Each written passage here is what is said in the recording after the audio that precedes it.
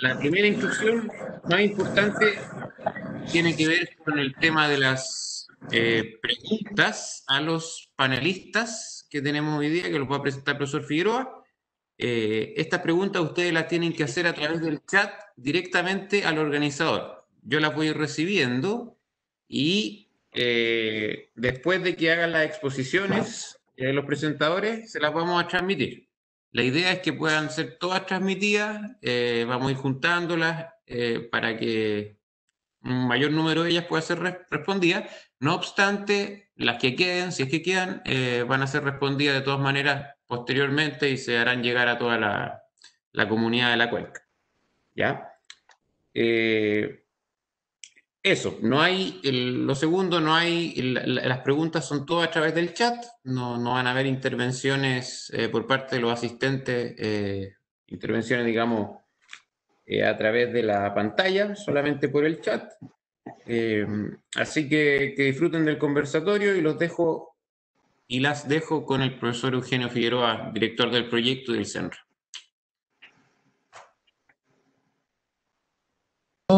Muy bienvenido a este primer conversatorio.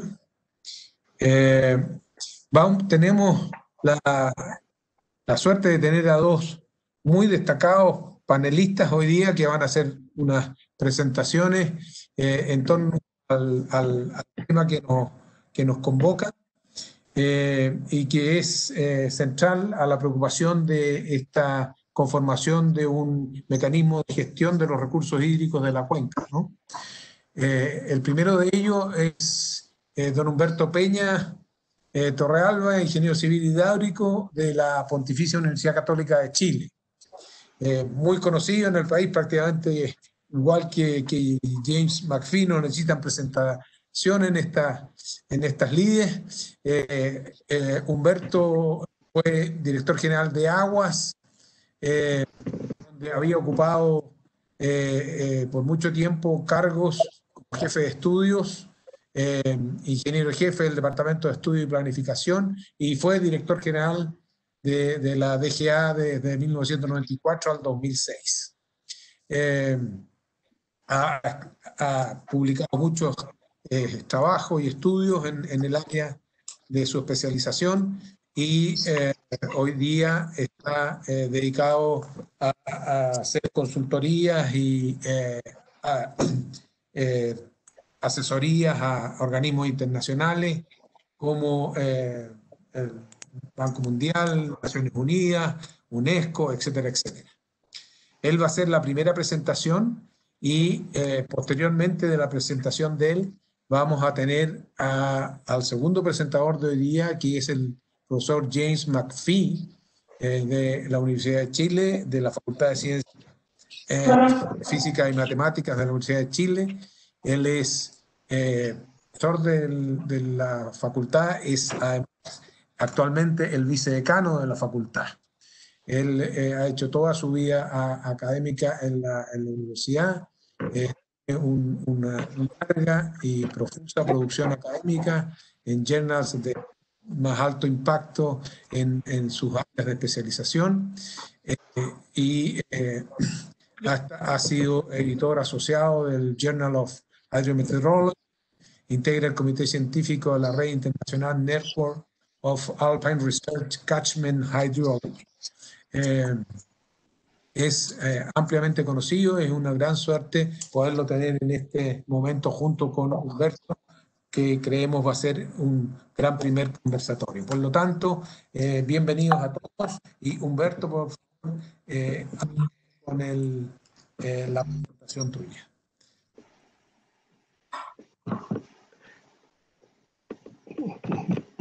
Voy a hacer la presentación. Exacto.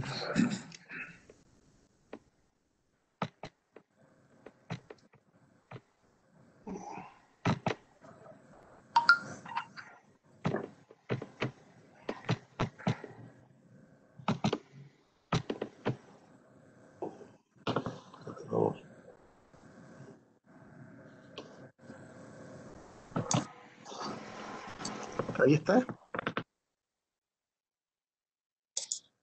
Ya se está viendo. Pantalla Sí. completa. Ya. Bueno, en primer lugar, agradezco la invitación a participar en este primer conversatorio. El título de la reunión versa sobre perspectivas futuras para el uso humano, productivo y ambiental de las aguas en el contexto actual de cambio climático y acelerada transformación tecnológica y cultural.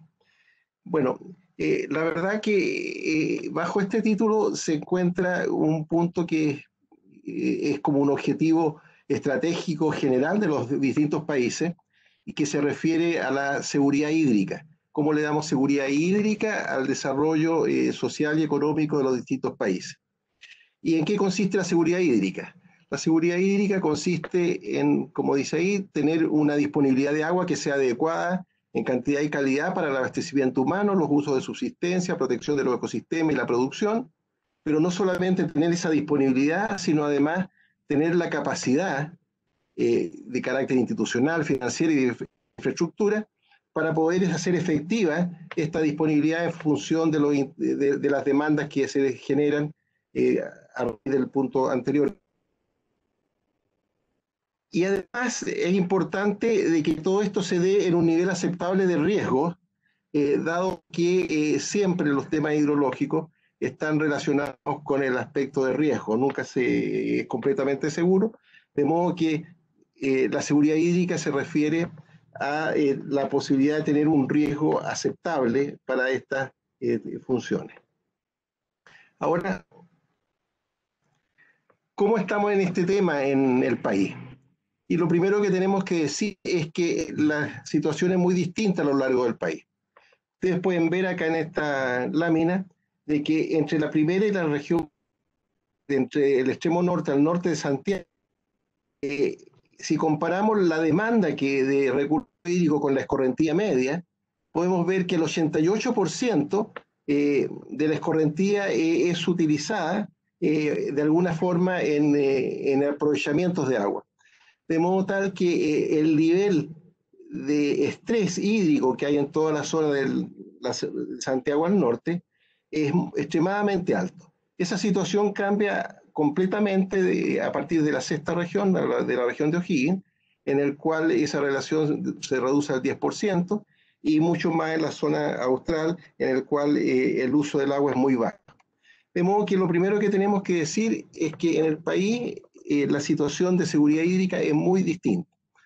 De Santiago al norte, básicamente tenemos una disponibilidad de agua que es la principal restricción que hay para su desarrollo social y económico, y con tasas extremadamente altas del uso del recurso hídrico.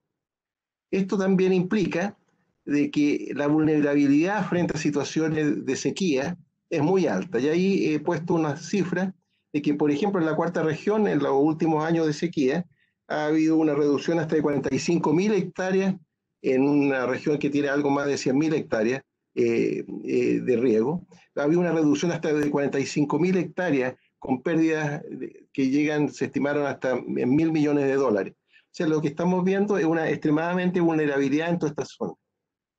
Además, vemos que hay situaciones de sobreexplotación en algunos acuíferos. En toda esta zona, los caudales ambientales no existen en el sentido de que desde el siglo XIX las aguas son utilizadas completamente en los distintos tramos. Y además tenemos pasivos ambientales que son muy relevantes, como son muchísima actividad minera que ha quedado abandonado a lo largo desde el siglo XVIII en adelante. Desde la región metropolitana hacia el sur, la situación cambia porque ya los problemas son locales. Las aguas subterráneas todavía pueden usarse bastante más. El deterioro ambiental está más concentrado en algunos elementos, en algunos aspectos. Todavía en la zona central no hay caudales ambientales en la mayoría de los ríos. Hay problemas de eutroficación en lagos y humedales. Pero por otra parte hay un potencial de riego importante desde el punto de vista de hectáreas disponibles. La pregunta es cuánto de ello debiéramos de aprovechar. De la región hacia el sur, décima región hacia el sur, hay abundancia de recursos hídricos y la demanda es escasa. Ahora, esta es la situación como estamos. pero ¿cuáles son las tendencias y los desafíos? Y al respecto, lo primero que tenemos que pensar en las nuevas demandas. Si uno piensa en las nuevas demandas, y vemos el caso del uso doméstico, es una demanda que crece en forma muy paulatina a lo largo del tiempo, alrededor del 2% al año, con algunas excepciones, por ejemplo, el sector de balneario y lugares de ese tipo. En el riego, vemos que en general, si ustedes ven esta tabla, acá abajo, en los dos últimos censos que hay agropecuarios, entre el año 96-97 y 2006-2007, prácticamente la superficie total de riego no ha cambiado. Y esta cifra se ha mantenido así, pero desde hace como 50 años a la fecha. Sin embargo, si uno ve desde la región metropolitana hacia el norte, podemos ver de que hay un importante crecimiento del riego en algunas zonas y un aumento de las zonas regadas, que están en rojo ahí, y pueden ser bastante relevantes, ¿ya? En la cuarta región, por ejemplo, supera el 50% el incremento de las zonas regadas. Sin embargo, de Santiago al sur, la situación se mantiene estable o ha bajado debido a temas asociados a la urbanización, cambio de actividades agrícolas, forestales y fenómenos de ese tipo. De modo tal que, en general, el crecimiento de las demandas no es algo que esté muy claro y depende de cada sector, de cada área, de cada lugar del país. La minería, por su parte, está apelando a otros recursos como la desalinización, y la industria hay poca información y no es muy relevante el uso doméstico. Pero esta situación de demanda, además, está influida por una mayor eficiencia a nivel de los distintos usuarios. Y eso es relevante destacarlo porque, en general, el uso actual es mucho más eficiente que hace algunos años. Aquí pueden ver, por ejemplo, la evolución en la minería, que pasa de valores del orden de 2 metros cúbicos por tonelada mineral a valores del orden de 0,5 metros cúbicos por tonelada mineral, de modo que hay una tendencia en los distintos actores a mejorar la eficiencia del uso del recurso hídrico. En el caso agrícola, el principal usuario, tenemos que entre el año 97 y 2007, cerca del 30% de la superficie de riego pasó a utilizar un riego tecnificado. En la actualidad no sabemos hasta dónde se ha llegado, pero es probable que el 40% de la superficie agrícola ocupe riego tecnificado, de modo que hay una tendencia favorable en cuanto a la eficiencia del recurso hídrico, lo que pudiera llevar a un cierto desacoplamiento entre el desarrollo social y económico y el uso del agua. Aquí yo les muestro el caso de California, en el cual, si bien en una época el crecimiento de la demanda aumentó sustantivamente, no porque siga creciendo el producto, sigue creciendo necesariamente el uso del recurso hídrico, y ustedes pueden ver cuáles eran las tendencias que se han estudiado y cómo se estabilizó y la posibilidad de incluso que disminuya la demanda. Ahora bien, hay otros desafíos que se van surgiendo a lo largo del tiempo, y vemos que hay nuevos desafíos ambientales, que son algunos relevantes y en algunos casos poco conocidos. Por ejemplo, aquí vemos un gráfico con el contenido de nitratos de agua subterránea en la región de O'Higgins. Aquí son muestreos de agua subterránea, y la verdad que todos debieran ser como estos puntitos verdes que muestro ahí, pero en buena zona vemos que tienen color amarillo hasta rojo, lo cual indica un progresivo incremento de nitratos en la agua subterránea. Asociado a todo esto, al uso agrícola, al uso de fertilizantes y otro tipo de actividades vinculadas a la agricultura principalmente. De modo que surgen también nuevos desafíos a raíz del aprovechamiento del recurso hídrico en las distintas actividades. Pero por supuesto también está el impacto del cambio climático, si uno ve cuáles son las tendencias hacia futuro. Y aquí vemos que en el caso del Maipo, un gráfico en el cual se muestran los distintos meses, y aparece en rojo cuál era la disponibilidad media del Maipo, y aparece acá en gris la disponibilidad estimada en algunos de los escenarios en los cuales, a partir de un trabajo realizado por esta misma universidad, y vemos cómo, si comparamos con la demanda, que es la línea celeste, vemos cómo si en la actualidad se mantenía un nivel relativamente ajustado en las demandas con la disponibilidad de agua, en el futuro pudiera esto disminuir enormemente y pudiera generarse un problema importante debido a la situación de cambio climático. Ahora, a esta situación hay que agregar de que el tema del cambio climático no es algo homogéneo en las distintas cuencas en absoluto, en algunas pega más que en otras, y además dentro de la cuenca también hay situaciones que se generan en distintas formas. Y podemos ver la situación que se da acá en el comportamiento de la cuenca del Maipo en la parte alta y en la parte baja en periodos de sequía. Una tendencia similar uno debiera ver como resultado del impacto del cambio climático, y vemos que en la línea azul de arriba, cuál es la relación entre los periodos de sequía y la condición media. Y vemos que puede disminuir en algunos meses hasta del orden del 50% el caudal mínimo con el caudal medio. En cambio, hacia la parte baja de la cuenca del Maipo, esta situación significa de que la disponibilidad de agua puede disminuir hasta 10 veces. ¿Ya? Entonces, hay problemas muy complejos que se asocian a posibles impactos del cambio climático. Y lo más relevante es que no sabemos con exactitud qué es lo que va a suceder en esta situación de futuro, y lo tenemos un elevado nivel de incertidumbre. Y acá podemos ver un gráfico en el cual vemos la diferencia de precipitaciones estimadas para una cuenca, en este caso el Limarí, y la diferencia de temperaturas por distintos modelos y distintos escenarios. Y vemos que hay una gran dispersión de valores, si bien es cierto que todos apuntan a aumentos de temperatura de 2, 3 grados, 4 grados, pero desde el punto de vista de las precipitaciones, vemos que hay modelos que inclusive dan mayor precipitación, como un 10%, y hay otros que dan menos 70%.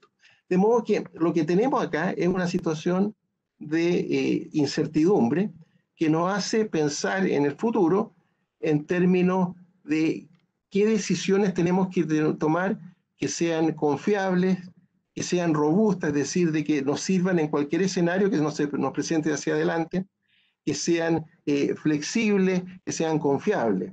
Y eso nos lleva a ponderar de distintas formas, como lo hace las distintas iniciativas, los distintos proyectos, cómo manejamos una cuenca.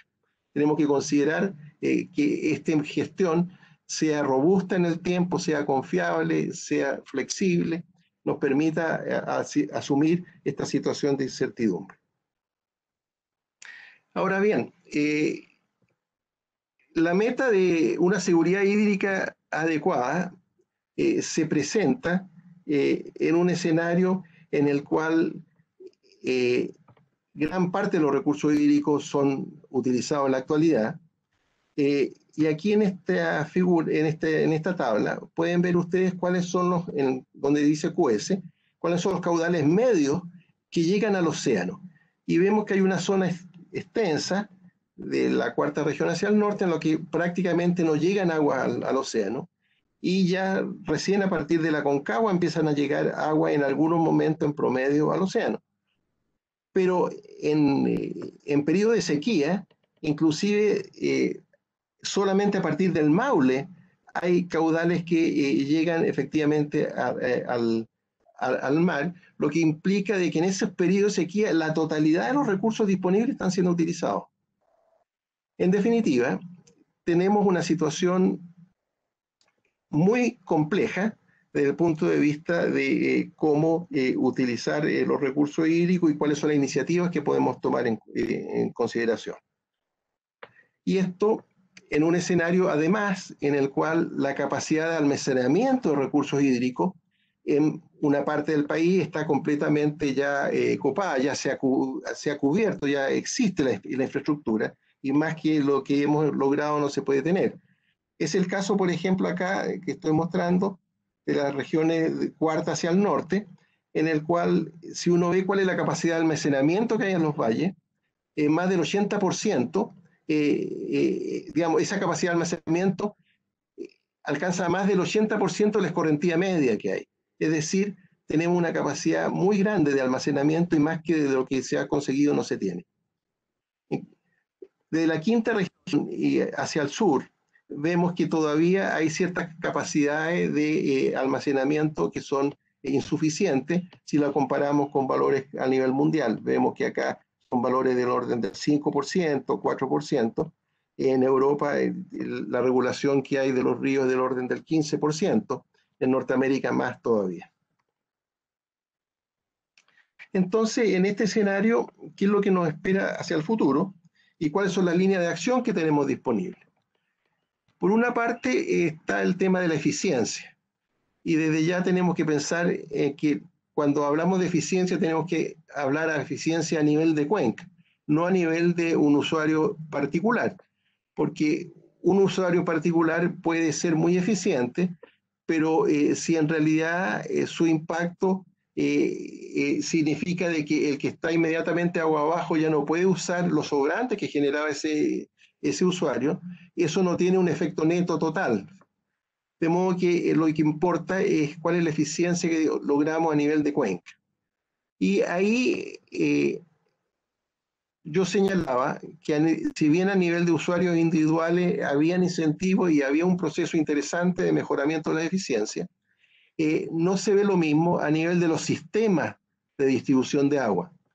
Y Chile en ese sentido presenta un retraso respecto a los países más desarrollados, respecto a cómo gestiona los recursos hídricos en los sistemas de canales, y ahí hay un espacio importante para mejorar la eficiencia de uso.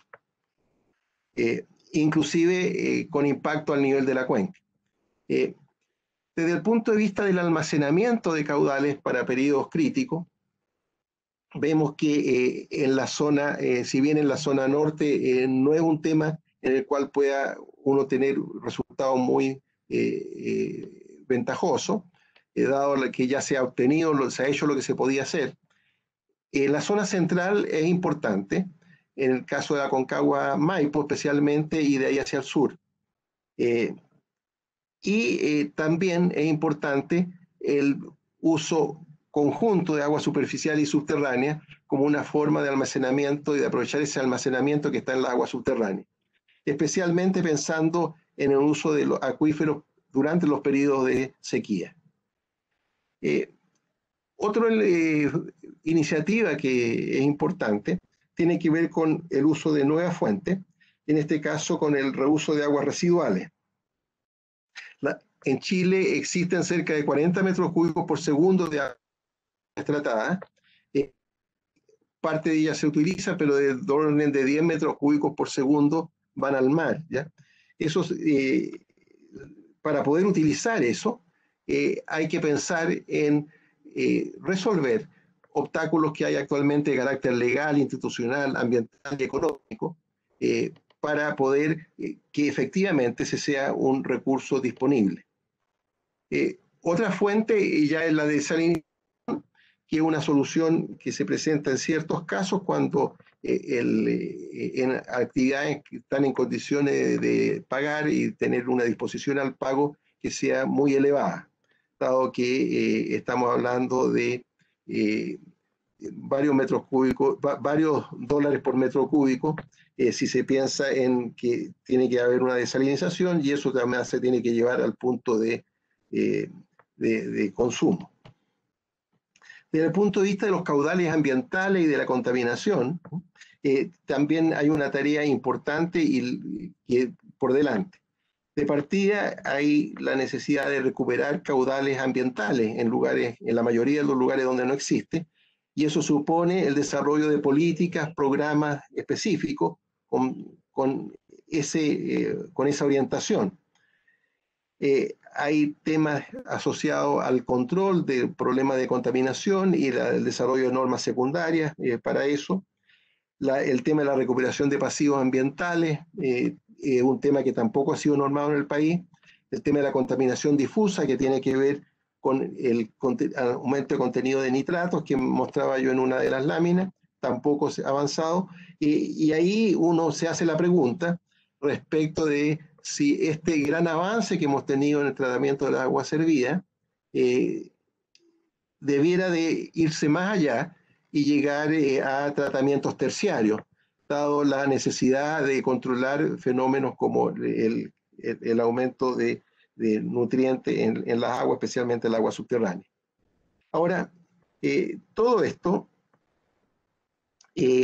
significa de que tenemos que tomar distintos tipos de iniciativas. Pero el punto es que todas estas iniciativas generan beneficios, pero también tienen que ser insertas dentro de sistemas de decisión que sean coherentes a nivel de las cuencas. Y nada de esto, ninguna de estas iniciativas que he enumerado, será efectiva sin una gestión integral de los recursos hídricos a nivel de las cuencas, que es un tema que está muy relacionado con el objetivo que tiene este proyecto. ¿De qué estoy hablando en ese caso? Estamos hablando de que las cuencas, y aquí tengo un gráfico, un esquema de la cuenca del Maule, la verdad que tienen una cantidad enorme de interacciones entre distintos puntos y de influencia de unos usuarios con respecto a los otros, a través del agua subterránea, a través de usuarios que están agua abajo, que aprovechan recursos que sobran de los de arriba, y situaciones de esas características. Entonces, en la gestión de las cuencas, las iniciativas que yo mencionaba anteriormente que se pueden llevar adelante, se asocian a procesos que son complejos, que no siempre se observan de buenas a primeras, se presentan después de 5, 10, 15, 20 años, de modo que necesitan una forma de seguirlo de manera muy específica, con programas orientados a esos propósitos, y que se generan con esa iniciativa abundantes externalidades en el sentido que involucran e impactan a otros usuarios. En ese sentido, este tipo de actividades involucran a muchos actores de sectores muy variados y sectores que no son solo usuarios directos del agua, sino pueden ser usuarios indirectos de distintos tipos de usuarios. Ahora, esto en la gestión del agua en el país se ve especialmente complejo por un conjunto de elementos que la caracterizan en la actualidad, como el aprovechamiento sucesivo y el seccionamiento de las cuencas que hay. Lo que mencionaba yo relativo al impacto del cambio climático y cómo eso va a impactar de distintas formas las distintas zonas de las cuencas. El tema del uso conjunto de aguas superficiales y subterráneas que en la actualidad difícilmente se puede otorgar, especialmente a nivel de una cuenca o de un acuífero. La relación entre la calidad de las aguas, los ecosistemas y los recursos hídricos, los aspectos de el desarrollo de obras de uso múltiple, los aspectos relacionados con el ordenamiento territorial, son todos temas muy complejos que de una u otra manera no están resueltos dentro de la normativa que nos rige y que hace difícil la forma como abordar los desafíos que enunciaba anteriormente. Un ejemplo, vemos acá en esta gráfica cómo se presentan estos problemas relativo al seccionamiento y reuso de las aguas en las cuencas. Aquí pueden ver distintas cuencas y pueden ver que la distribución de las aguas en la cuenca responde a numerosas entidades, en las cuales cada una actúa en forma independiente y tiene las facultades legales para actuar en forma independiente. Si vemos el caso del Maipo, vemos que a nivel de la cuenca hay 15 entidades o divisiones de la cuenca, en el cual cada uno de ellos toma decisiones en forma independiente, sin coordinación, y pensando en las iniciativas que mencionaba anteriormente, pudieran impactarle o relacionarse de manera distinta a cada una de estas entidades con esas iniciativas que planteaba anteriormente. Ahora, si analizamos la situación a nivel de cuenca, vemos que este seccionamiento traduce en factores de reuso extremadamente importantes. Aquí mostramos el caso de Limarí y vemos que hay un factor de reuso de 3,8, dice ahí, o sea que prácticamente las aguas se utilizan 4 veces, ¿ya?, completamente, a lo largo desde que aparecen en la cordillera hasta que llegan a cualquier actividad que uno desarrolle en estas cuencas genera impacto hacia agua abajo no considerado, es decir, hay externalidades, y hay entonces actividades como el incremento de zonas regadas, mejoramiento de eficiencia, cambios de uso, revestimiento de canales, cambio de punto de captación y muchas otras, en las cuales son iniciativas o actividades que se toman en las cuencas y que impactan al resto de los usuarios, y que si queremos tener una solución global para el conjunto de la cuenca, necesitamos tomar en cuenta en un sistema de gestión. Esto es muy parecido a la situación que se da en las zonas urbanas. En estos casos, en las zonas urbanas, tenemos también numerosos bienes públicos, hay externalidades de todo tipo, hay necesidad de desarrollar obras de interés común y decisiones globales, hay que pensar en el futuro. Y en esa zona, en la zona urbana, la sociedad ya se ha dado instrumentos para abordar ese tipo de problemas. Hay ordenanzas, hay normativas, yo no puedo construir cualquier cosa aunque sea mío, el sitio en el cual tengo, no puedo construir más de cierta elevación porque perjudico al resto, cuestiones de ese tipo. Hay una visión de largo plazo que está reflejada en los planos reguladores, los cuales prevén de qué manera va a circular todas las...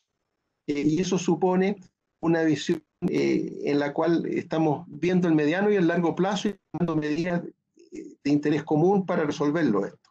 Ahora, nada de eso existe y se presenta en la actualidad a nivel de las cuencas en forma estructurada y orgánica.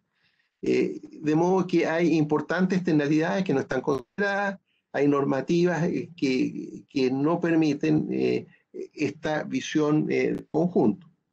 Entonces, para resolver esto, lo que se ha propuesto, y esto recojo acá unas conclusiones de una comisión del Instituto de Ingenieros, en la cual también participó James, ¿ya?, en el cual llegamos a la conclusión que para generar soluciones válidas es necesario incorporar a la gestión la función de planificación a nivel de la cuenca y el concepto de plan director a nivel de la cuenca, con una visión de mediano y largo plazo que permita regular las externalidades, coordinar las distintas iniciativas, buscar y desarrollar iniciativas de interés común que resuelvan los problemas en un marco más general, y todo esto en el marco de incertidumbre que ya explicaba antes a raíz del cambio climático.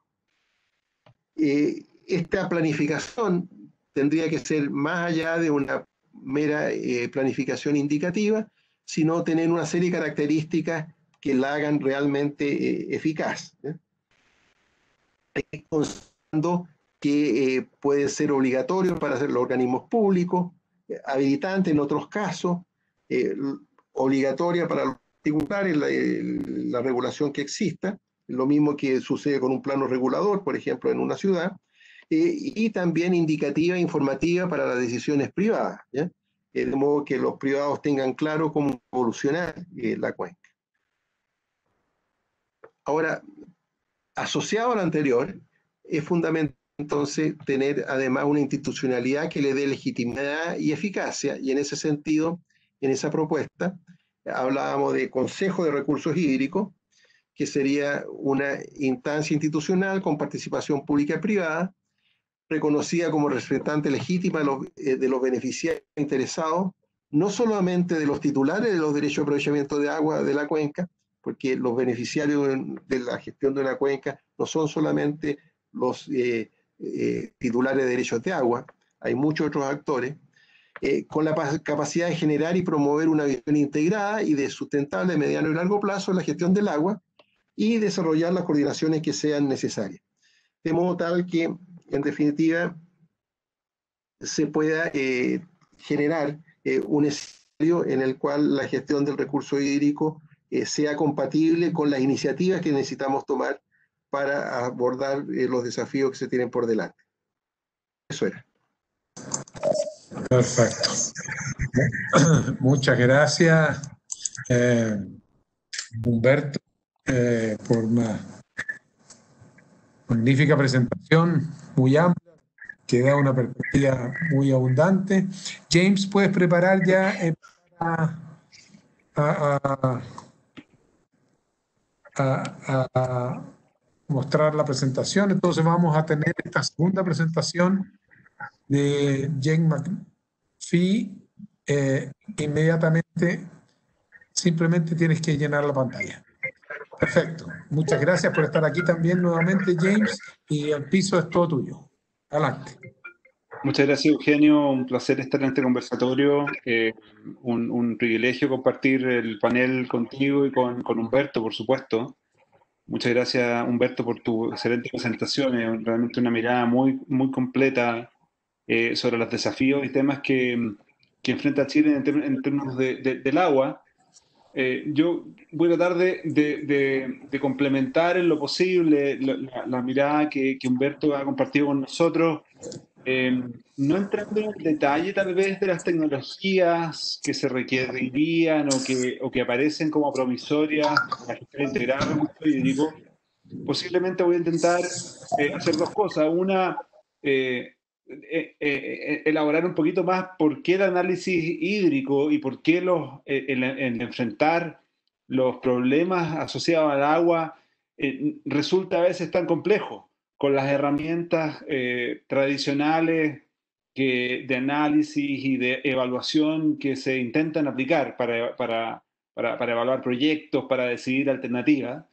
Y después me gustaría también enfocarme de nuevo un poquito sobre el proceso ahora de la gestión integrada de recursos hídricos, que es un concepto que se menciona y se discute profusamente, pero que siempre es bueno poder tratar de imaginar y visualizar qué es lo que requiere, qué elementos conlleva y digamos, factores habilitantes podrían facilitarla, ¿ya? Si se puede. ¿Ya?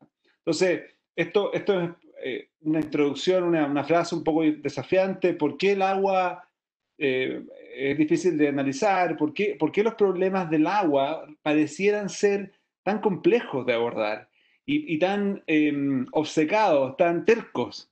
Porque permanecen en el tiempo y uno revisa contenidos y revisa presentaciones y libros de hace muchos años. Y muchos de los temas que estamos discutiendo hoy día ya se discutían hace varias décadas atrás respecto a los temas del agua. Hay algunas cosas nuevas que surgen, por supuesto, siempre, pero en lo fundamental las problemáticas son muy parecidas. Entonces, ¿por qué el agua es diferente y cómo la componente social interviene en los temas del agua? ¿Okay?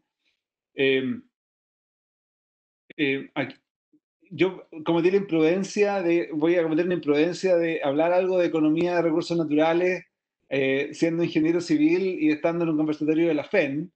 Así que ahí voy.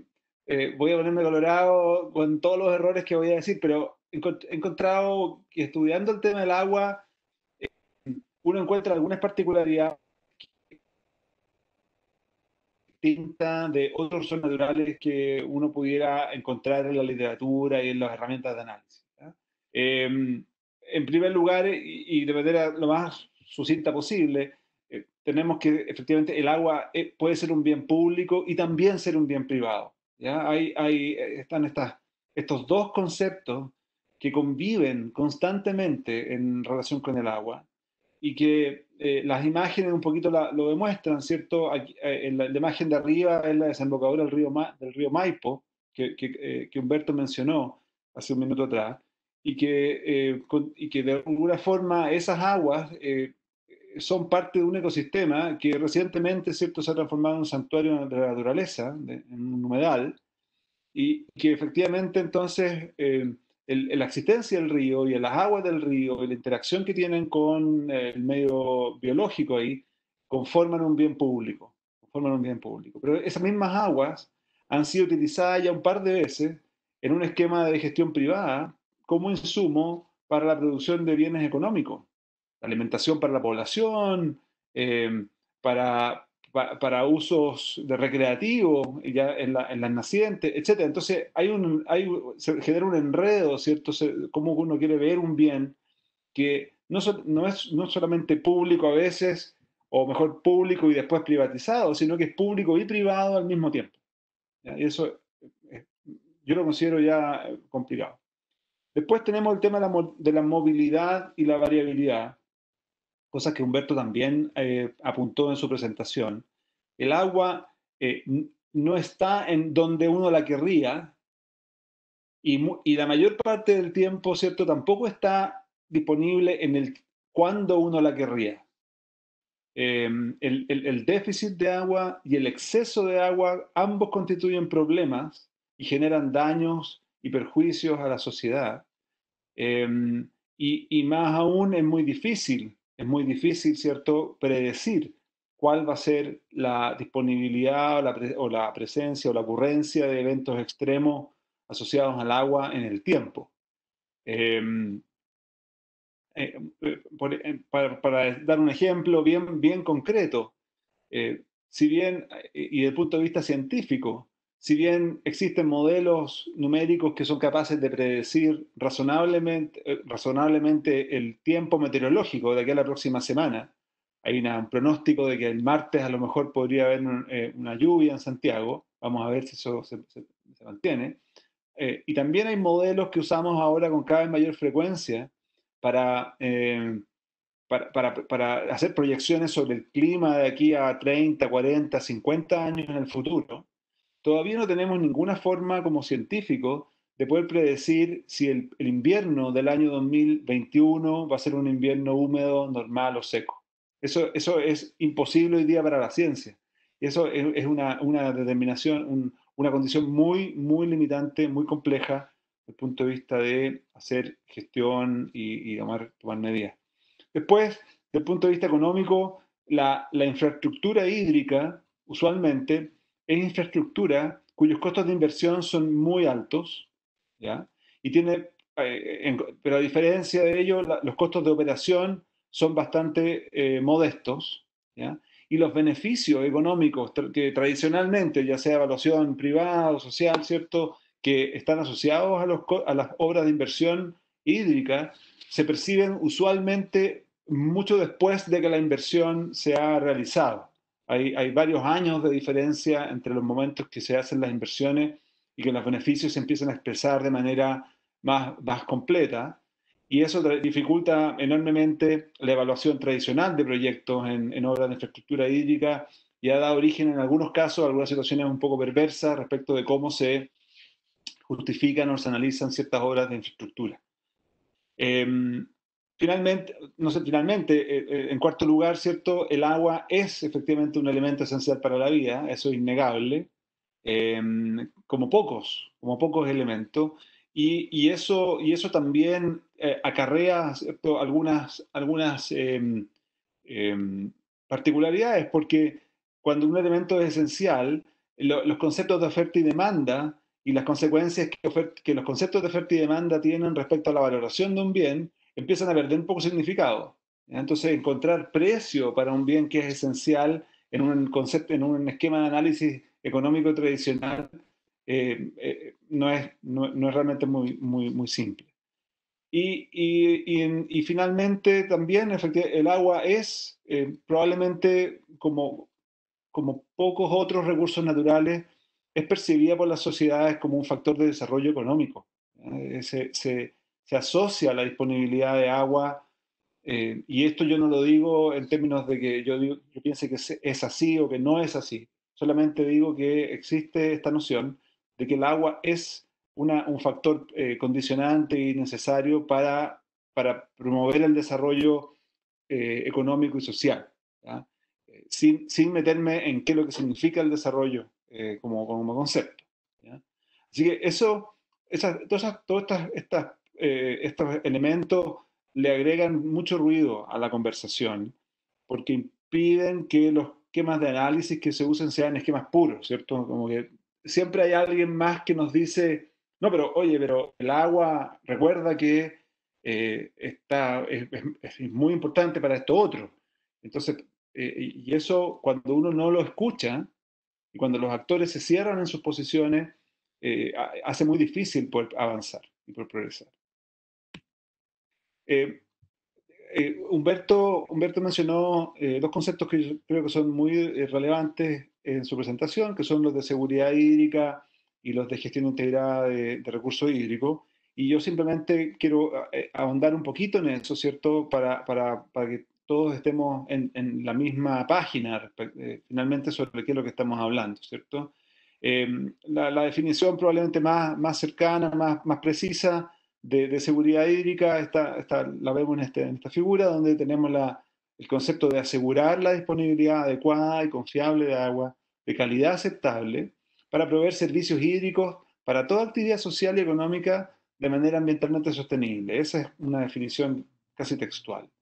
Esto incorpora la idea de los riesgos hídricos y de la necesidad de mitigar estos riesgos asociados a eventos extremos, ya sea por exceso o por déficit de agua, y abordar con los conflictos de manera efectiva por disputas sobre aguas compartidas, ¿ya? Buscando en lo posible situaciones de ganancia compartida entre los distintos actores.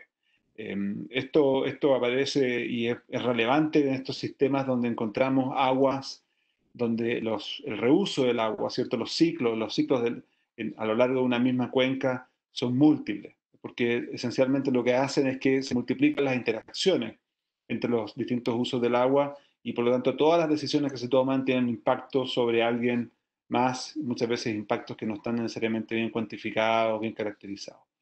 Entonces, la seguridad hídrica nos habla de el desarrollo humano, ¿cierto? El bienestar humano, nos habla mucho sobre los ecosistemas y los servicios que ellos proveen, nos habla también de las actividades económicas y el desarrollo que el agua permite y nos entrega también nos recuerda que el esquema de análisis en el que estamos no puede escapar de las nociones de riesgo, de incertidumbre, ¿ya? Y después hay condiciones habilitantes para lograr la seguridad hídrica que tienen que ver con la gobernanza, con el sistema legal, con las instituciones, con la infraestructura, con las capacidades. Tiene que ver con la cooperación y en algunos casos interfrontera, ¿cierto? Transfronteriza. Y en Chile tenemos unos pocos casos de aguas transfronterizas que nos desafían. Y financiamiento y estabilidad y paz social y política, que son como condiciones necesarias para lograr este objetivo.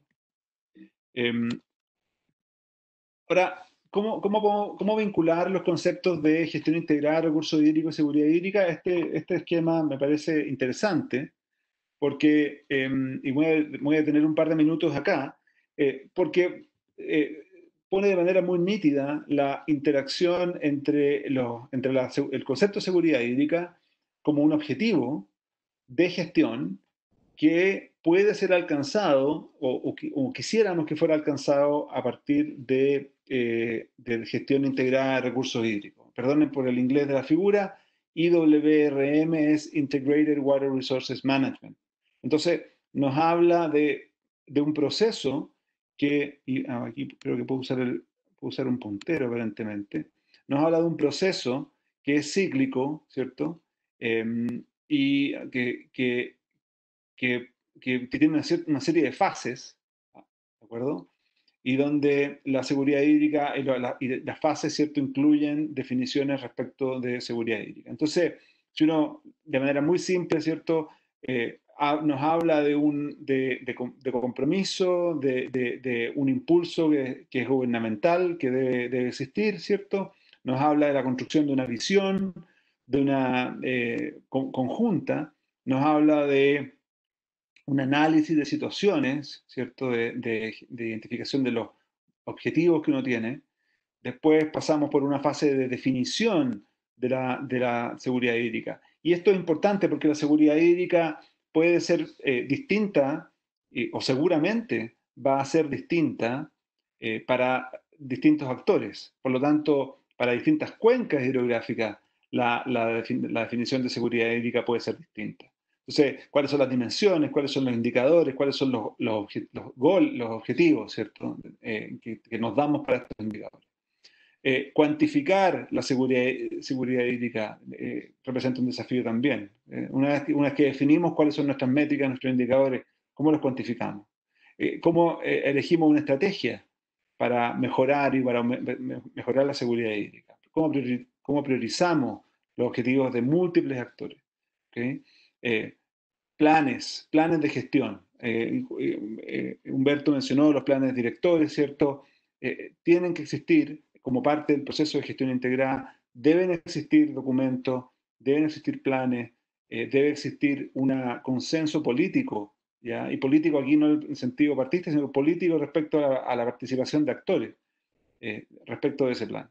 Una implementación que tiene que ver con leyes, instituciones, gestión, acciones, capacidades institucionales, personales, técnicas, evaluación, ¿cierto? Y ciclo.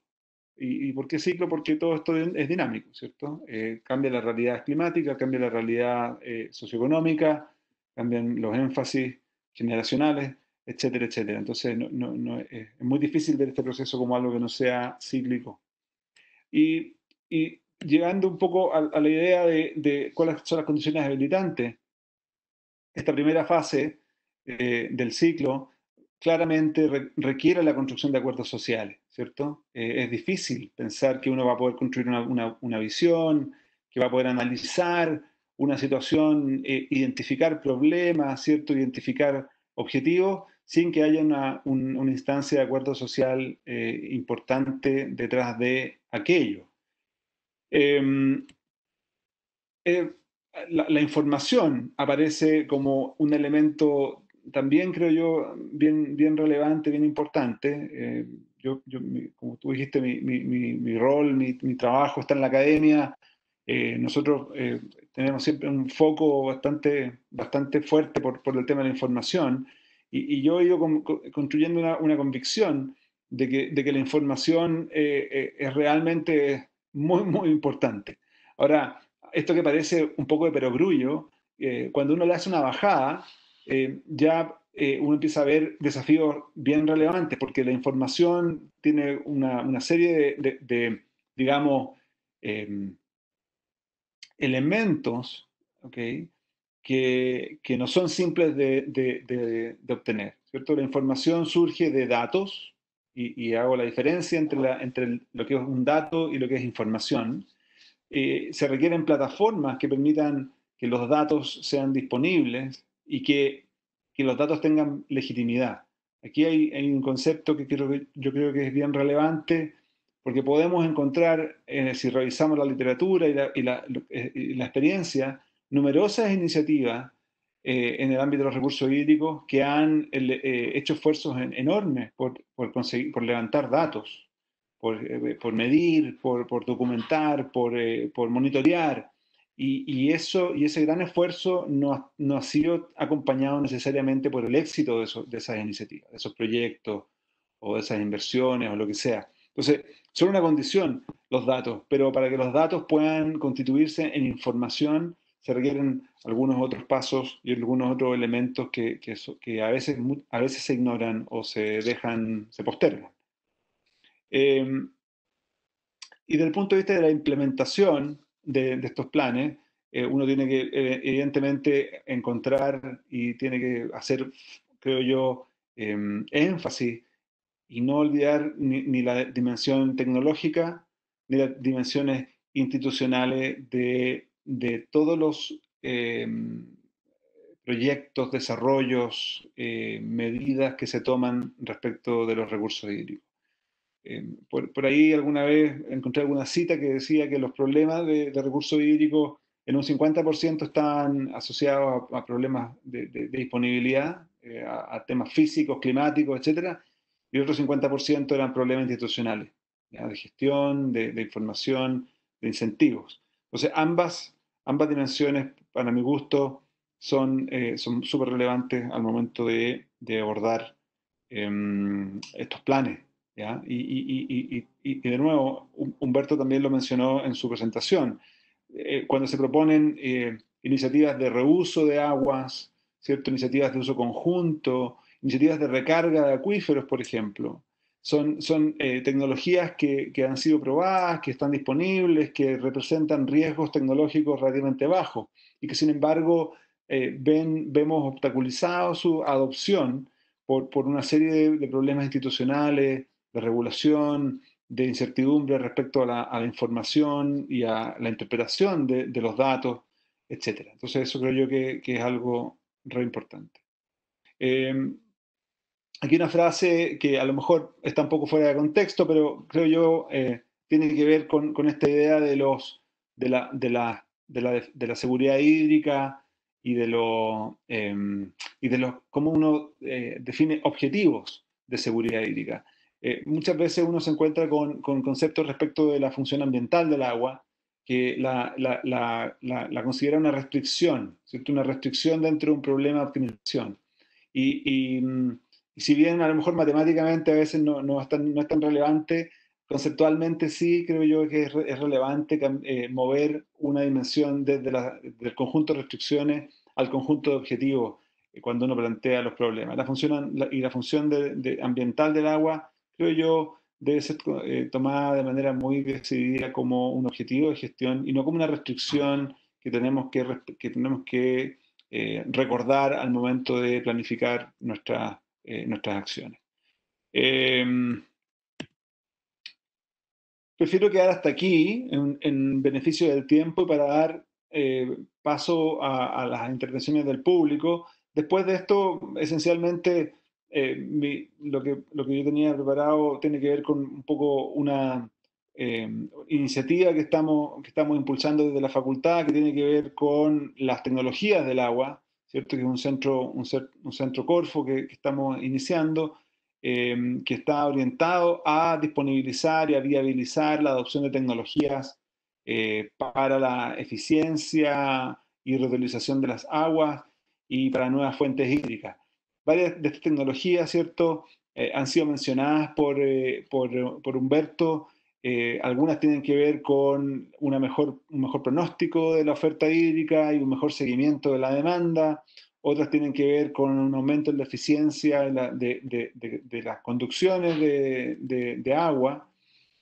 Otra tiene que ver con cuáles son tecnologías innovadoras para el reuso de agua y la revalorización de agua sanitaria, ¿cierto? Y que se enmarcan dentro de otros esquemas de aumento de eficiencia a nivel de cuenca y de tal vez recuperación de aguas con el fin de usos ambientales, temas de desalación y factibilidad socioambiental, si se quiere, de la tecnología de desalación de agua, tecnologías para caracterizar de mejor manera los acuíferos, ¿cierto?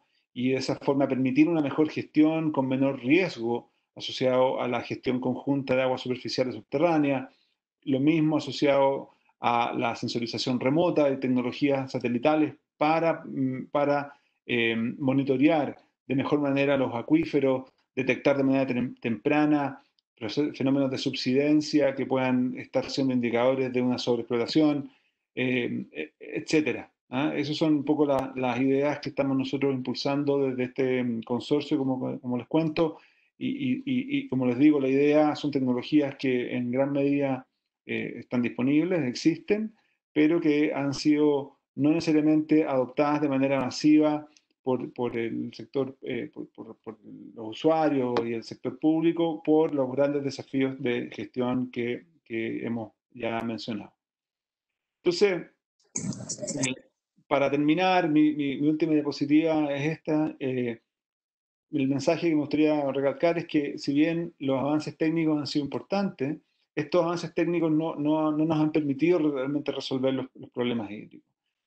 Estos desafíos necesariamente, si bien la tecnología es un elemento habilitante, la mirada interdisciplinaria es muy importante para poder construir sobre todo los acuerdos y consensos sociales y políticos que la solución efectiva de los problemas de recursos hídricos requiere. Aquí cuando uno dice interdisciplina, realmente está pensando en una real interdisciplina, no donde entre puros ingenieros no, nos consideramos interdisciplinarios porque hay hidráulicos, mecánicos y eléctricos. Eso, no, eso no nos sirve. Es una interdisciplina verdadera. Es necesario realmente meterle energía y seriedad al fortalecimiento de las instituciones, a la generación de mecanismos para la generación de información a partir de datos y la efectiva creación de acuerdos entre el Estado y privados para establecer objetivos y visiones comunes a nivel de cuenca hidrográfica. Muchas gracias. Muchas gracias, James.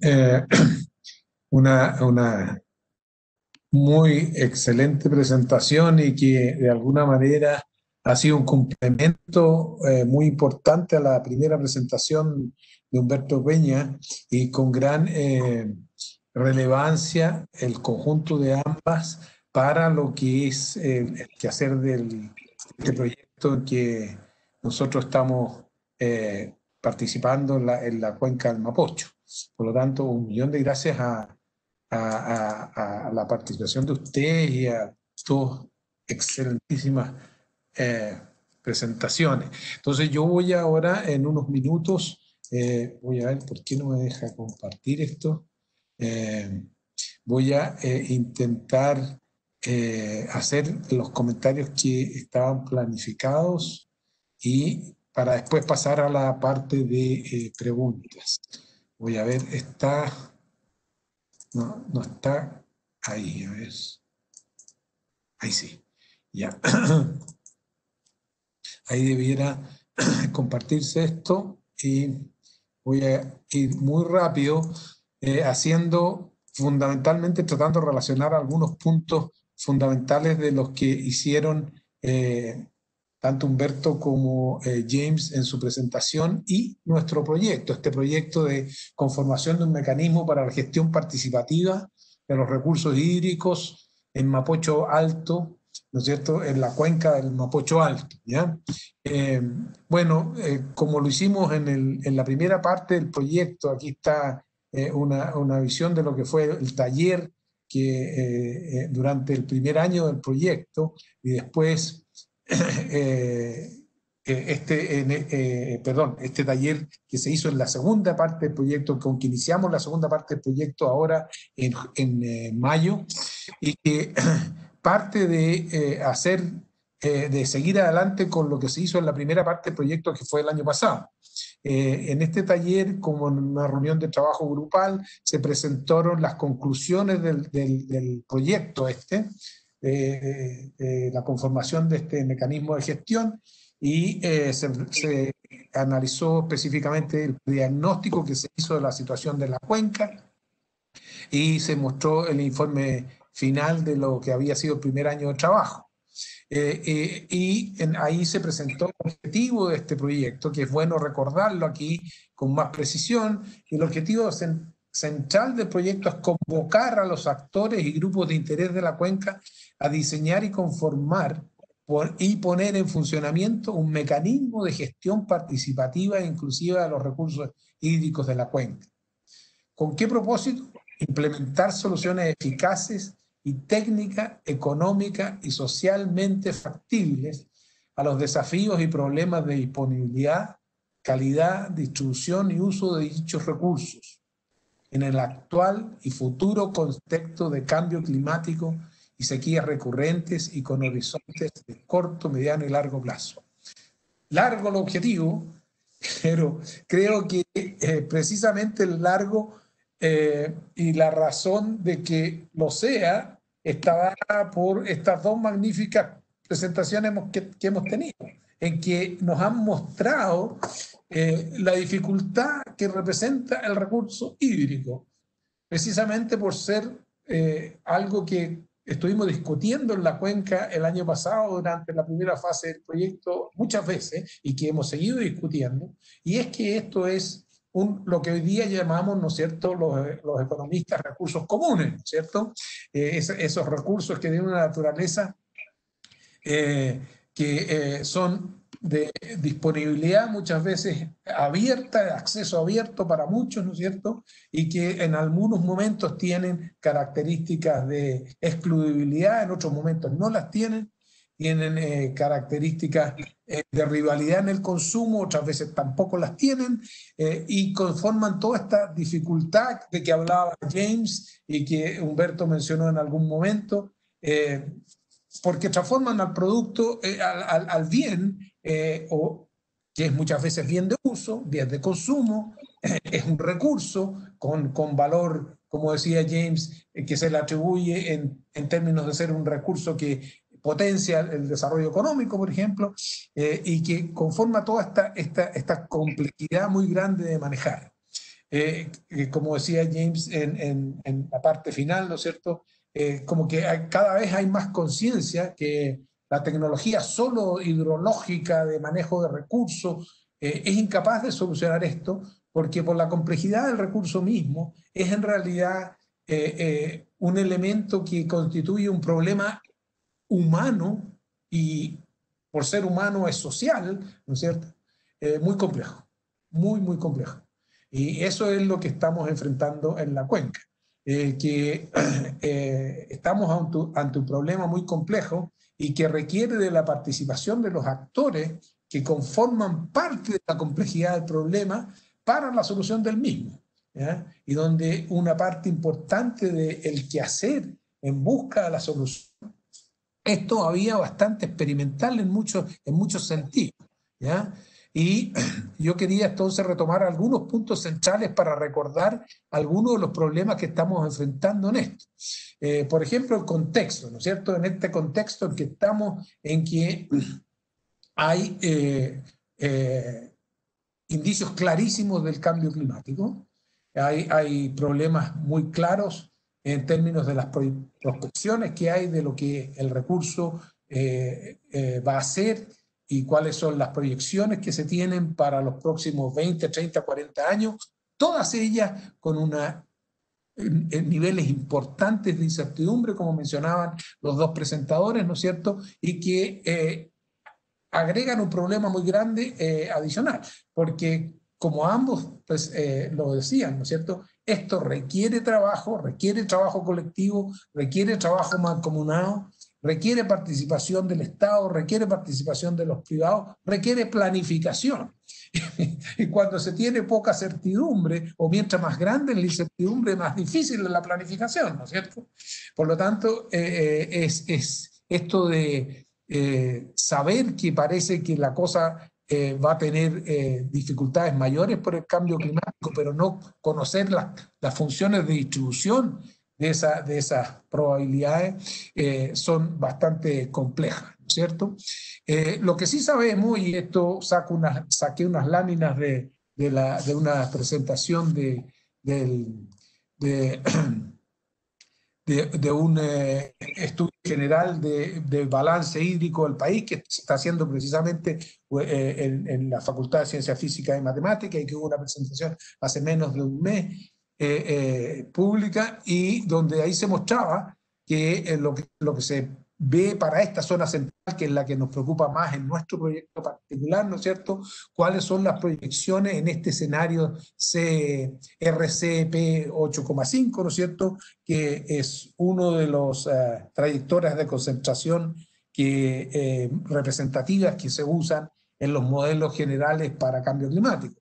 Y aquí vemos, ¿no es cierto?, qué es lo que se espera en el país en general, la proyección de cambio promedio de la temperatura, ¿ya?, diaria durante el verano, y estas son las proyecciones que se tienen. En general se espera un aumento en las temperaturas promedio. Eso es lo que dicen en general los modelos, y también ocurre lo mismo cuando esos modelos se proyectan lo esperable en términos de precipitación media anual, ¿ya? Y vemos que todo esto que se va poniendo más marrón hacia la derecha nos muestra que en general hay una tendencia a que haya menores precipitaciones a futuro.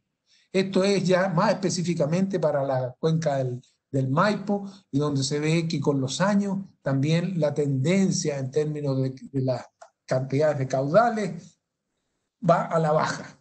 ¿Qué es lo que en el fondo nos dice esto para el contexto en que se está dando el proyecto? Es que lo más probable es que tengamos menos disponibilidad de agua y condiciones más grandes de estrés, ¿ya? Con, obviamente, incertidumbre, pero es ese el contexto en que se está dando la cosa. Y en esto es que toma enorme importancia el tema del proyecto mismo, y que James mostró en un conjunto uno diría, un marco de cómo enfrentar esto, mucho interés, y que también de alguna manera lo planteó muy parecidamente Humberto en algún momento, ¿cierto? Esto de realmente hacer de la seguridad hídrica. Uno puede hablar de seguridad hídrica en muchos contextos, como lo decían ambos, ¿cierto? Puedo hablar de qué es lo que es la seguridad hídrica para mi abuelita que tiene una casita en alguna parte en la cuenca, o qué es la seguridad hídrica para un señor que tiene una propiedad, ¿no es cierto?, de unas cuantos cientos de hectáreas o miles de hectáreas en la cuenca, o qué es lo que es la seguridad hídrica para una empresa como Aguas Andinas o como Anglo American. Son conceptos distintos, absolutamente distintos, con dimensiones distintas, etcétera, etcétera, pero que son brutalmente importantes, vitalmente importantes para cada uno de ellos, con sus dimensiones y con sus características. Y por eso que integrar realmente el concepto de seguridad hídrica como objetivo de gestión integrada es muy importante.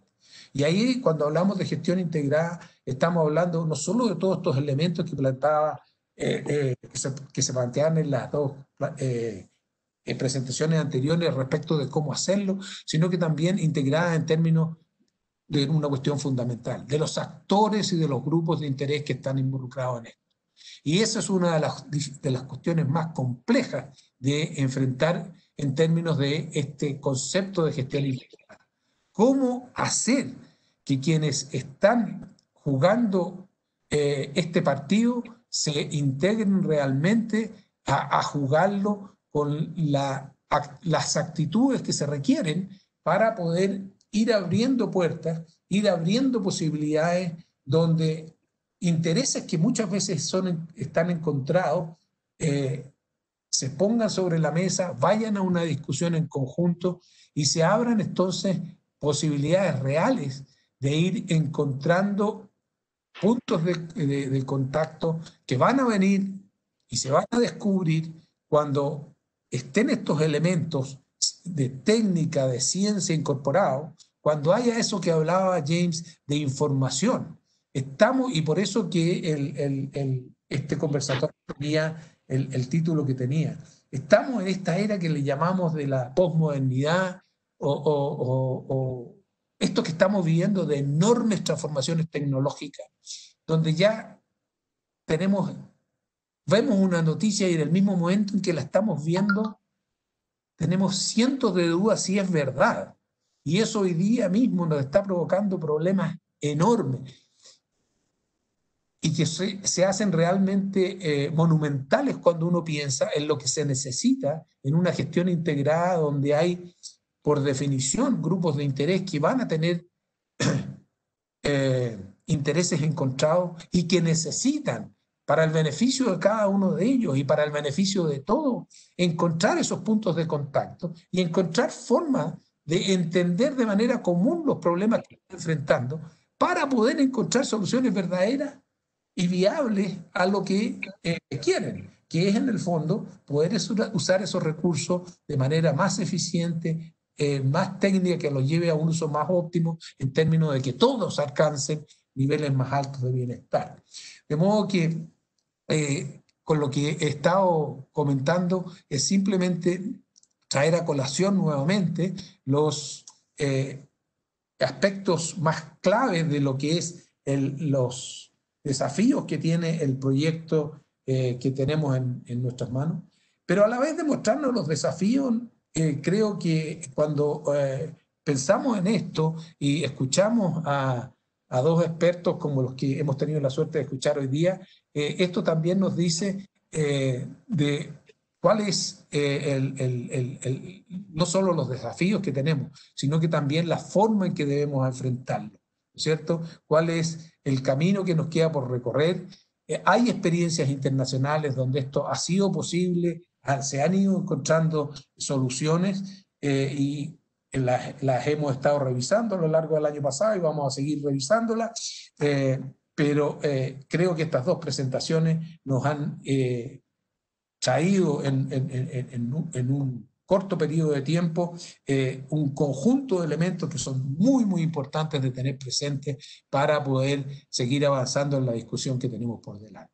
Por lo tanto, baste con este comentario para ahora dejar a Gino que nos cuente cuáles son las preguntas que hemos tenido y las pueda entonces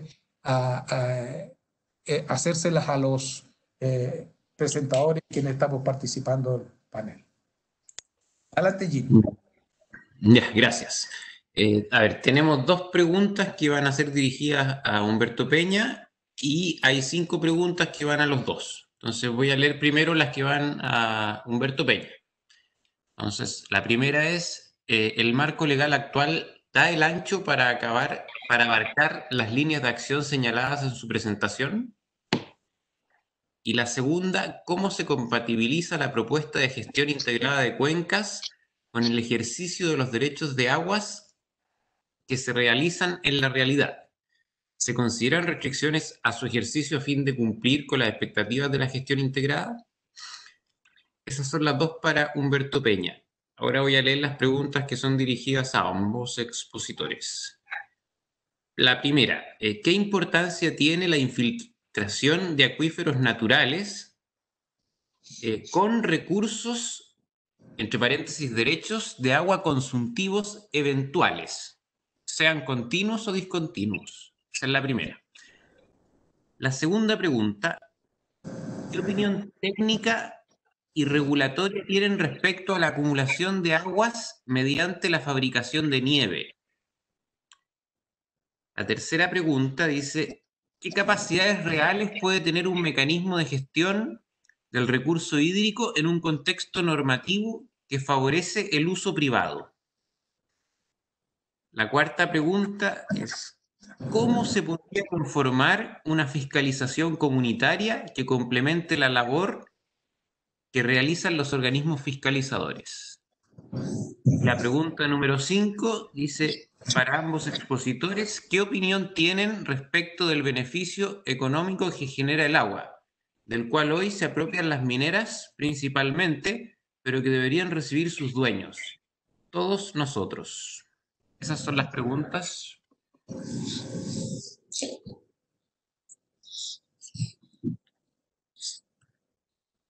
Partimos con Humberto, ¿le parece?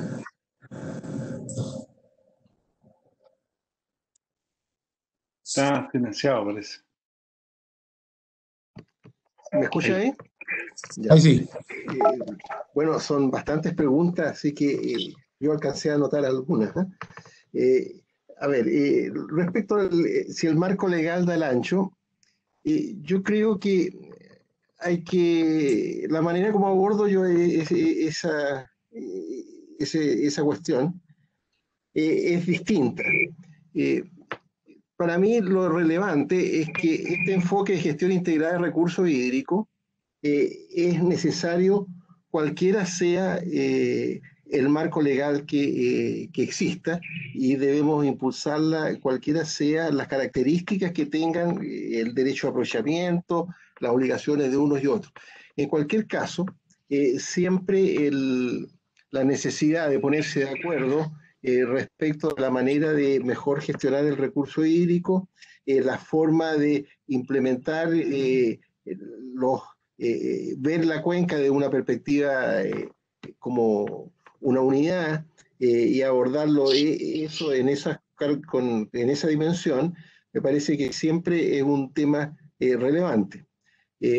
Lo digo esto porque muchas veces las iniciativas de avanzar hacia una gestión integrada de recursos hídricos, que es un proceso que tiene distintos niveles y distintas etapas, muchas veces se ha visto obstaculizado por un enfoque que dice, mire, como no podemos llegar a todo lo que quisiéramos, no avancemos mejor. Y me parece que es profundamente errado ese enfoque. O sea, en definitiva, yo creo que igual hay que avanzar en esa línea. En segundo lugar, creo ¿ya?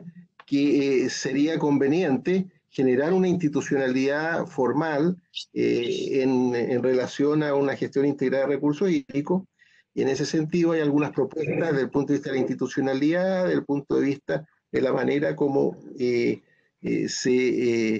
está estructurado la gestión del agua en el país. Ahora, creo que la segunda pregunta era cómo se compatibilizaba el ejercicio de los derechos de agua con una visión de gestión integrada del recurso hídrico. Yo creo que cuando uno analiza los instrumentos que hay actualmente a nivel de la institucionalidad pública y vigente, ¿ya? Creo que hay un montón de instrumentos que ya pueden incidir en la manera como se ejercitan los derechos. Voy a poner un ejemplo. La ley de fomento al riego es un subsidio del Estado, ¿ya? Para mejorar la eficiencia del riego. Sin embargo, en ese subsidio del Estado no hay ninguna otra consideración que no sea el análisis individual caso de los postulantes. Sería absolutamente fácil, ¿ya? Considerarlo como un incentivo para que la gestión privada de los derechos de agua y de los recursos hídricos que cada uno usa en forma privativa, se orienten en una visión de cuenca, ¿ya? Y eso es perfectamente posible, ¿ya? Por ejemplo, buena parte de los problemas en el norte del país, ¿ya? Respecto al aumento de las zonas regadas, ¿ya? Que mostraba yo que en algunos valles son muy importantes, son el resultado del subsidio del Estado, ¿ya? Y resulta de que era perfectamente posible de que el subsidio del Estado para mejorar la eficiencia de ese recurso no hubiera ido a ampliar una situación que se veía insostenible, sino más bien a recuperar caudales en los cauces. Entonces, en definitiva, hay instrumentos que permiten actuar, inclusive en las condiciones actuales. Ahora, respecto a los derechos mismos, hay situaciones en las cuales es necesario incorporar cambios en la legislación sin que ello implique un cambio en el sistema básico de derechos de aprovechamiento de agua.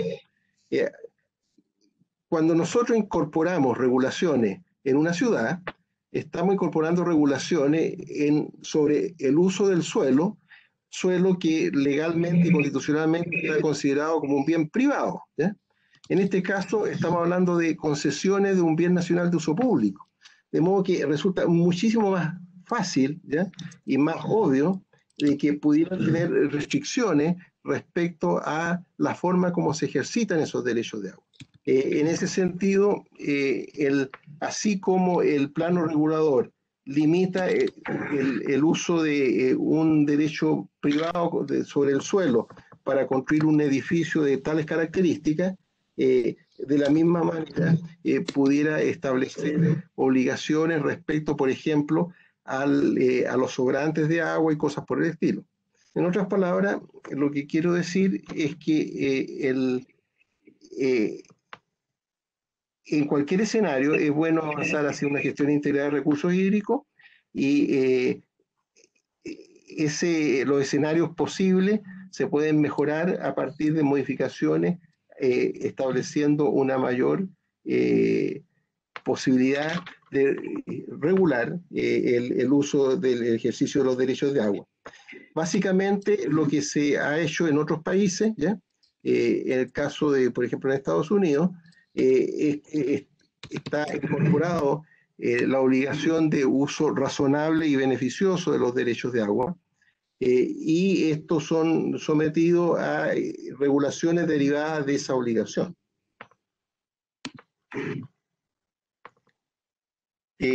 Hay otra serie de preguntas. Yo no sé si quisiera James responder algunas de ellas que son comunes, y después abordar yo algunas de otras dentro de lo que se me ha preguntado. Muchas gracias, Humberto. Efectivamente, yo diría que estoy fundamentalmente de acuerdo con lo que Humberto ha mencionado. Y un poco, si hubiera algún abogado constitucionalista acá, probablemente hablaría de deberes y derechos, a lo mejor algo así, porque ¿cierto? Tienen que poder coexistir los derechos con los deberes de manera bastante general. Y el sistema que nos demos tiene que estar dado y seguir un poco esos principios. El ejemplo de Estados Unidos es interesante porque cuando uno habla de el uso beneficioso, un poco también que eso tiene un paralelo con nuestro sistema en Chile, donde el uso del agua no debiera generar perjuicios a otros. Ahora, eso hoy día está muy orientado a los otros que son también titulares de derechos de aprovechamiento, y al resto de la sociedad en función de las leyes ambientales, probablemente. Y a lo mejor ahí puede haber espacio para mejorar. Nosotros hemos participado en distintas instancias de conversación donde pensamos que modificaciones graduales, incrementales, no maximalistas a la institucionalidad vigente se pueden plantear y son caminos factibles para hacer mejoras en nuestro sistema, donde, por ejemplo, los usos ambientales puedan ser reconocidos como usos del agua, y sean sujetos de derecho de alguna forma, ¿cierto? De manera que haya un usuario, que podría ser la sociedad, representada por el Estado, que tenga uso de ciertos recursos con derecho para sostener las funciones ambientales del agua, por ejemplo. Eso es un concepto que es distinto a la forma en que hoy día se piensa en el uso ambiental, y pienso que pudiera ser un camino de mejora respecto a lo que tenemos. Hay otra pregunta, no sé si con esta discusión creo que abarcamos como 2 o 3 de las preguntas comunes que se hicieron. Yo creo que respecto de justamente los beneficios que el agua conlleva hacia la sociedad, justamente mi intervención inicial iba un poco en la línea de poder reconocer que todos nos beneficiamos con muchos de los distintos usos que se le da al agua. Sin ánimo de polemizar, ¿cierto? Uno puede argumentar que los usos que se dan al agua en la industria, ya sea minera u otra, generan beneficios para la sociedad más allá de las empresas, a partir de la creación de empleo, la actividad económica, un montón de otras consecuencias como que le siguen a esa acción. Y conviven con la creación de beneficios o la generación de beneficios que son tal vez más directamente percibidos por la sociedad. Entonces, justamente el desafío realmente es de constituir estas comunidades, lograr generar los sistemas, los incentivos, ¿cierto? Los marcos para que estén sentados en la misma mesa en estas comunidades de cuenca, tanto los titulares de derechos de aprovechamiento como la sociedad más amplia, representada tal vez de alguna forma por otros actores privados o públicos.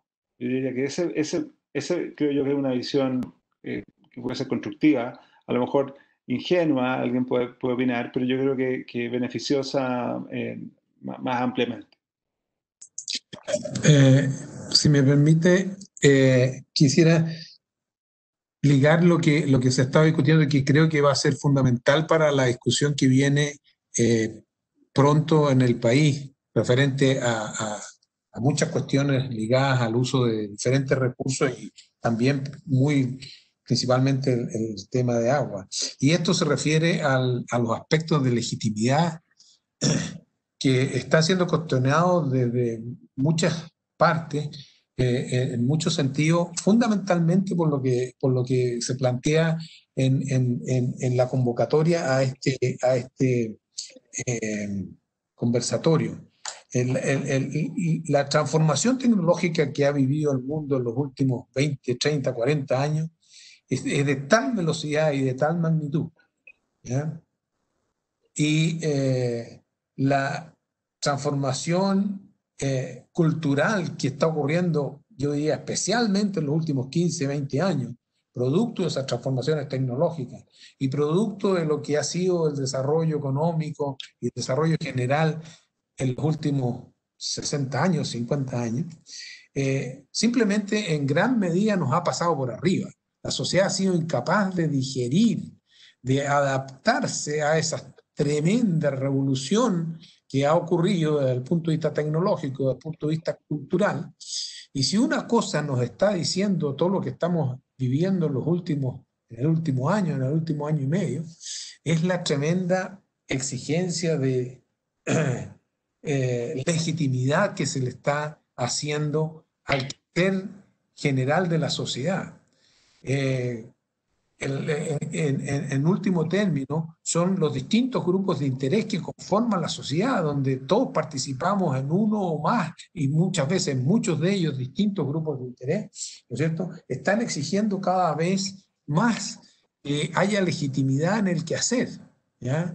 Y por lo tanto se traigan a la discusión temas que son muy importantes y que dicen relación con los derechos y deberes de cada uno, con los derechos y deberes que debemos cumplir y respetar, y que en el fondo van, en el caso este que estamos específicamente hablando, directamente con la cuestión del uso de los derechos de este recurso, por ejemplo, y que han sido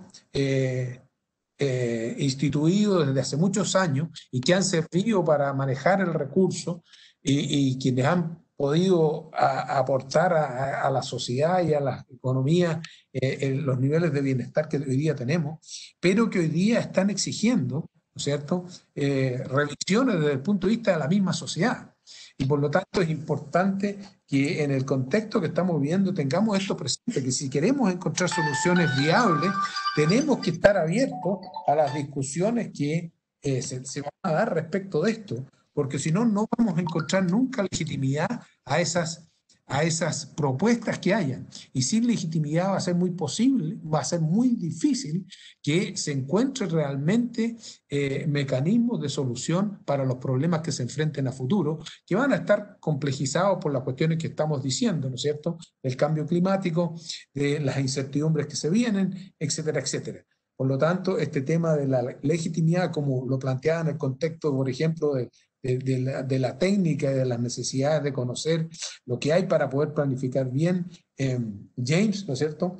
Podemos tener datos, pero esos datos pueden no llegar a ser información útil en ningún caso si no tienen legitimidad. Lo mismo en esto.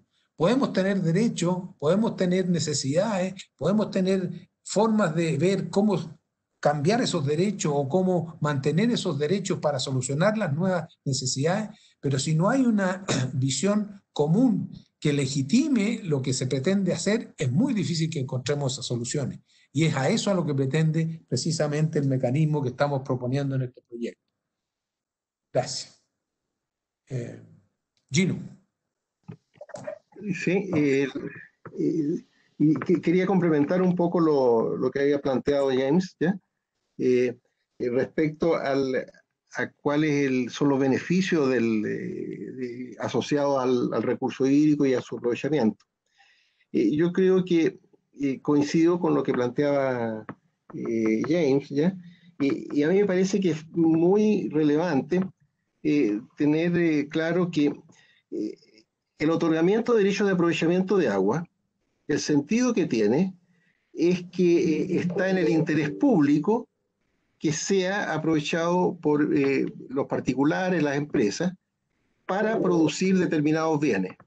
Esos bienes, en definitiva, y el beneficio ese, se reparte de la forma como el sistema económico lo define, y cuando el recurso hídrico es el bien escaso más crítico en este sistema, no está en el interés público, pienso yo, pedirle al agua que resuelva el problema de desigualdad, de cuáles son los recursos que distribuyen en definitiva por la actividad económica.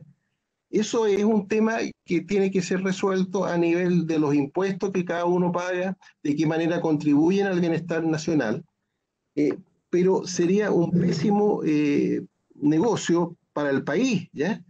Pensar de que el recurso hídrico no se destine a los fines que son más productivos una vez que se cubren los requerimientos ambientales y se cubren los requerimientos, desde luego, sociales. O sea, una vez que el recurso hídrico cumple esos objetivos generales y en los cuales son prioritarios, el resto del recurso, en la medida que permite activar y desarrollar el país de distintas maneras, y siendo ese recurso un bien escaso, es importante que se utilice de la manera más eficiente posible y con los objetivos más ventajosos desde el punto de vista del conjunto de la economía. Será el sistema económico la manera como el Estado podrá regular de qué manera retornan parte de estos beneficios a los distintos sectores. Pero no sería razonable de que el Estado limite esa posibilidad. Si uno, en el caso específico de la minería, si uno analiza en detalle el tema, llega a la conclusión de que por cada metro cúbico de agua que se utiliza en la minería, es del orden de más de 100 veces, por ejemplo, hay un empleo más de 100 veces mayor que en otras actividades. De modo tal que uno debiera considerar desde el punto de vista del Estado de qué manera este recurso está siendo realmente utilizado en aquello que es socialmente más ventajoso, inclusive cuando se lo está usando una determinada empresa, ¿ya? Desde el punto de vista, por ejemplo, en el caso minero, que siempre se levanta. Entonces yo creo que la gestión integral de recursos hídricos, entender y establecer todas esas relaciones que en definitiva nos conducen a el mejor uso de nuestros recursos naturales en beneficio de la nación. Y eso implica el uso por privado con determinadas condiciones y teniendo desde luego claro de que hay obligaciones, como planteaba James, que en la actualidad no están, en la mayor parte de ellas, pues, al menos, no están expresamente establecidas y que sería bueno avanzar en ello, ¿ya? Como es el uso beneficioso y razonable del recurso hídrico. ¿Por qué? Porque esa es la razón por la cual se ha puesto ese recurso disponible para un uso privado. Esa es la idea. Sí. Tenemos, solo para... hay una pregunta que surgió ahora. Creo que tenemos 2 o 3 minutos para responderla. Es para ambos, diría yo. Dice, el recurso agua no puede resolver los problemas que expone don Humberto Peña. Sin embargo, no debe provocar una profundización de los mismos. Después, el mejor uso no resuelve la asimetría entre los actores que usan este recurso. Es un comentario, si quieren referirse a alguno de ustedes, para ir cerrando ya el conversatorio.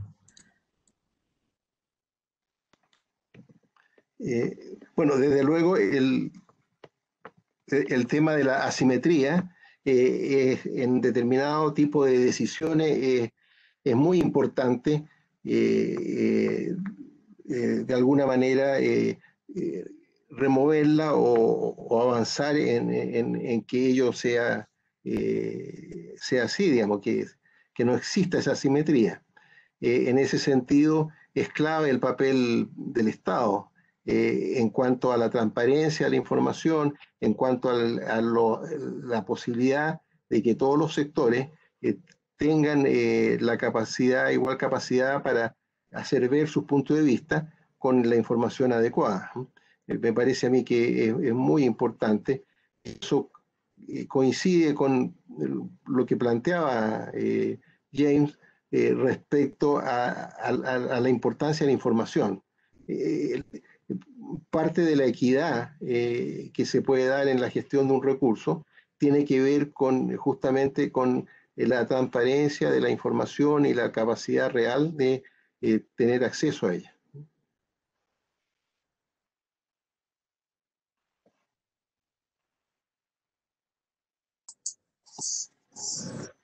Adelante, James. No, realmente muy de acuerdo con Humberto. Las asimetrías creo que son un poquito inevitables y uno debería esperar que un marco de gestión diseñado apropiadamente fuera propendiendo a que esas asimetrías se mitiguen por la vía de información común, por ejemplo. Muchas veces la asimetría parte por la información, por acceso a información, por capacidad para proyectar hacia el futuro algunas cosas. Eso deberíamos generar una base de conversación que fuera común para todos los actores. Eso creo que sería un excelente punto de partida. Sí. Al respecto, uno puede hacer un comentario de lo que ha sido este proyecto. Uno de los pilares de este proyecto ha sido construir una plataforma para difundir información de modo de nivelar la cancha respecto de la información disponible entre los distintos actores y los distintos grupos de interés. Porque cuando uno de los problemas más serios de la asimetría es precisamente que cuando existe, ella crea pérdida de legitimidad, ¿ya? En el uso de la información, con razón o sin razón, ¿ya?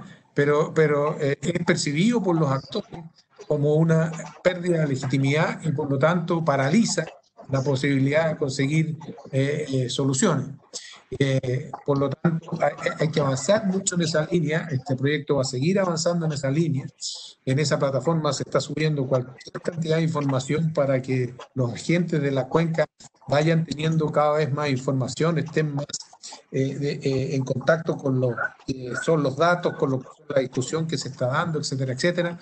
Y en el futuro, para que se vaya dando esta discusión en el país, va a ser muy importante tener presente esto, de cómo ir disminuyendo las asimetrías y haciendo más igualitaria la disponibilidad de recursos. Es imposible, como se decía aquí ya, es imposible que haya asimetría perfecta.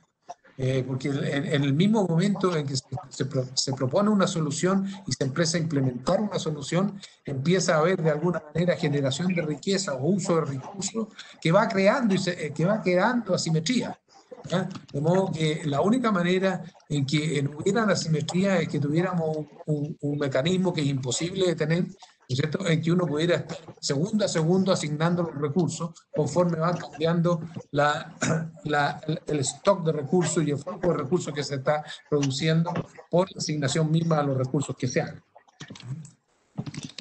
Perdón, hay un aspecto que está vinculado a este tema de la asimetría, que es el tema de la construcción de confianza. Ahora, la construcción de confianza es el resultado de una interacción sostenida en el tiempo, no nace de un día a otro, pero se requiere una interacción, en primer lugar, acercarse, que sea sostenida en el tiempo y que sea exitosa. en la medida en la cual se van avanzando en esa línea, es posible de que estos problemas de asimetría de alguna manera se puedan superar, ¿ya? Tanto por la información como por la confianza entre los distintos actores, ¿no? Al respecto, perdona, al respecto voy a traer a colación una anécdota que en algún momento he contado en el proyecto, cuando Eleanor Ostrom, la ganadora del Premio Nobel en Economía, precisamente por el planteamiento de estos sistemas de uso integrado, común, por los grupos de interés de las cuencas, ¿no es cierto?, de manejar sus recursos, fueran pesqueros, fueran de agua, fueran de bosques, etcétera, etcétera. En Estocolmo, cuando fue a recibir el premio Nobel, dijo, la clave para manejar estos recursos, nos lo ha dicho, los más de 30 años de experiencia que tenemos, es construir, así lo decía, confianza, es la única manera de lograrlo, ¿ya? Una mujer que había tenido ya, como les digo, 30 y tantos años de hacerlo. Para allá es donde se pretende ir con este proyecto. Creo que de alguna manera los chilenos tenemos un tremendo desafío por delante, porque va a venir una discusión muy grande respecto de esto, de cómo vamos a manejar todos los recursos de la economía para adelante, y en eso vamos a tener que ir creando confianza, de alguna manera, en un momento que vive el mundo en que parece que la corriente va un poco en sentido contrario. Parece que todo está creando más confusión, menos confianza, etcétera, etcétera, y por lo tanto hay que hacer grandes esfuerzos para volver a ser capaces de construir confianza, ¿no es cierto?, y construir más paridad en el manejo de la información también. Gil. Sí, ahora sí para terminar, porque hay una pregunta que se hizo que me dicen que no fue respondida. La hago brevemente. ¿Qué opinión tienen respecto de la acumulación de aguas mediante la fabricación de nieve? Ya, muy relevante en esta cuenca. Ya, ¿puedo decir algo? No sé bien en qué es lo que está pensando la persona que hace la pregunta. La fabricación de nieve requiere agua. Por lo tanto, y esa agua típicamente se acumula en estanques o en tranques. Por lo tanto, uno pensaría que ya está acumulada en el tranque y no la requiere como acumulación de nieve. Lo que sí hay experiencias que se han investigado es en el favorecimiento de la acumulación de nieve en algunos sectores por la vía de, por ejemplo, la instalación de rejas, ¿cierto? De rejas de nieve y otros elementos estructurales en los cerros que permiten la acumulación de nieve natural, no la fabricación de nieve, sino que la acumulación de nieve natural en algunos sectores para tratar de gestionar un poco el derretimiento, ¿cierto? Para tratar de que la nieve quede acumulada en sectores un poco sombríos y otras zonas que permitan que el derretimiento ocurra no tan rápidamente y un poquito más tardíamente. Eso se ha hecho a escalas muy pequeñas. Hay iniciativas que yo conozco que han estudiado un poco este problema. No sé y no tengo una respuesta respecto de cuál es la magnitud y qué tanto puede contribuir, por ejemplo, a gestionar el timing del derretimiento una vez ya a escala de cuenca, ¿ya? Porque generalmente las superficies involucradas con esta gestión de nieves, comparado con el área total de la cuenca, donde hay nieve acumulada, es menor.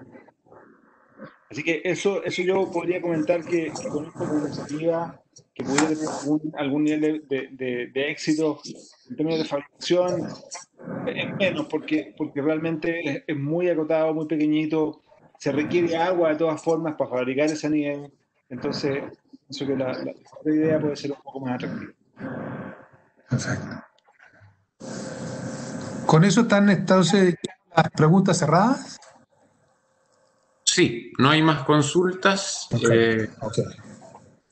Bueno, Bueno. hacer que alguno de los expositores quisiera decir algo que se le fue o que estaríamos terminando este primer conversatorio.